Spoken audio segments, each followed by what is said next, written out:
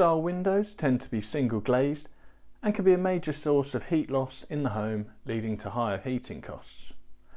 They tend to be found in older properties and sometimes listed buildings and can be very expensive to replace like for like. Secondary glazing can be a cost-effective and unobtrusive alternative, providing thermal and noise insulation. The most common issues when considering secondary glazing are protruding handles, window furniture such as hinges or these blind fittings, and just a general lack of mounting area at the window.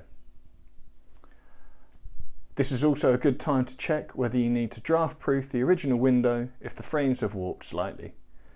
Please check the range of draft excluders available on our website.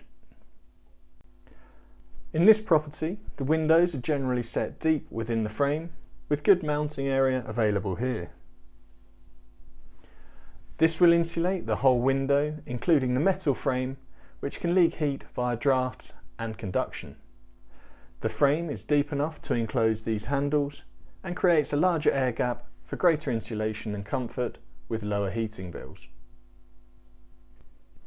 At this window, there was a lack of mounting area at the sides.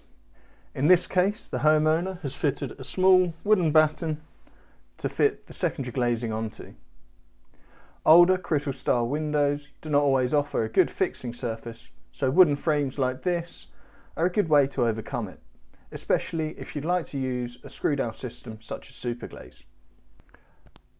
Once fitted, the secondary glazing is very discreet and is barely noticeable in the room or from outside. It can drastically improve heat insulation and noise reduction in the home at a fraction of the cost of replacement windows.